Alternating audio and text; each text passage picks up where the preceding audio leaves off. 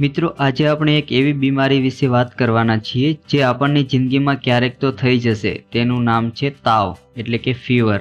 ખાસ કરીને ચોમાસાની ઋતુમાં તાવની બીમારી સૌથી વધારે જોવા મળે છે। તાવ વિશે આયુર્વેદમાં ઘણી ઔષધિઓ વિશે વાત કરી છે, પરંતુ તેમાં સૌથી પહેલી અને મુખ્ય ઔષધિનું નામ છે લંઘન એટલે કે ઉપવાસ। તો આજે અહીં આપણે જાણશું કે લંઘન શું છે, તે ક્યારે કરવું જોઈએ અને કેટલા દિવસ સુધી કરવું જોઈએ। તાવમાં ઉપવાસ કરવો એ સૌથી ઉત્તમ ચિકિત્સા મનાય છે, કારણ કે જ્યારે આપણને તાવ આવે છે ત્યારે આપણા શરીરમાં વાત, પિત્ત, કફ આ ત્રણમાંથી કોઈ એકના કારણે આપણી જઠરાગ્નિ મંદ પડી જાય છે અને તેના કારણે આપણું શરીર બગડે છે અને વ્યવસ્થિત કામ કરતું નથી। તમને પણ અનુભવ થયો હશે કે જ્યારે આપણને તાવ આવે છે ત્યારે આપણને કંઈ પણ ખાવાનું ભાવતું નથી। જ્યારે પણ આપણા શરીરમાં તાવ આવે છે ત્યારે આપણું શરીરમાં વધી ગયેલા બેક્ટેરિયા કે વાયરસને મારવા માટે શરીરમાં તાપમાન વધારી દે છે। એટલે કે જ્યારે આપણને તાવ આવેલો હોય ત્યારે આપણું શરીર વાયરસ, બેક્ટેરિયાને મારવાનું કામ કરી રહ્યું હોય છે। તેવા સમયે આપણે ભોજન ન કરવું જોઈએ। જો તે વખતે ભોજન કરવામાં આવે તો જે પહેલા અપચન રહેલું ભોજન તો બહાર નહીં નીકળે અને અત્યારે ખાયેલું ભોજન પચશે નહીં અને સડશે। મિત્રો, આપણે મોટાભાગે આ ભૂલ કરતા હોઈએ છીએ।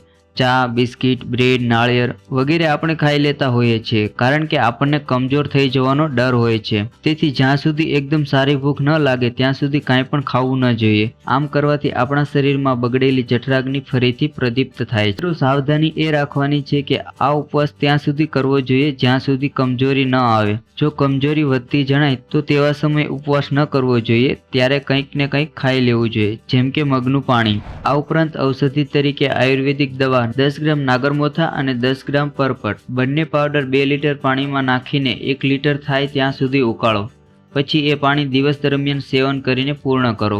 આ પાણીથી શરીરમાં પાચન પણ સુધરે છે અને તાવમાં પણ રાહત મળે છે। અમુક એવા તાવ છે જેમાં ઉપવાસ ન કરવો જોઈએ, જેમ કે શરીર પાતળું પડવાના કારણે તાવ આવ્યો હોય ત્યારે, શરીરમાં વાત વિકૃતિને કારણે એટલે કે મુસાફરી કરવાના કારણે તાવ આવ્યો હોય ત્યારે પણ ઉપવાસ ન કરવો જોઈએ।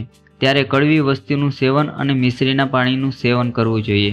જ્યારે ડરના કારણે એટલે કે કંઈ એવો બનાવ જોઈને જો ડર લાગવાના કારણે તાવ આવે તો તેવા સમયે પણ ઉપવાસ ન કરવો જોઈએ, અથવા તો વધારે દુઃખ લાગવાના કારણે તાવ આવ્યો હોય ત્યારે પણ ઉપવાસ ન કરવો જોઈએ, કે પછી વધારે પડતી શારીરિક મહેનત કરવાથી તાવ આવ્યો હોય તેવા સમયે પણ ઉપવાસ ન કરતા હલકો આહાર લેવો જોઈએ। તો મિત્રો, આ હતી તાવમાં ધ્યાનમાં રાખવા જેવી એક મહત્વપૂર્ણ આયુર્વેદિક ચિકિત્સા।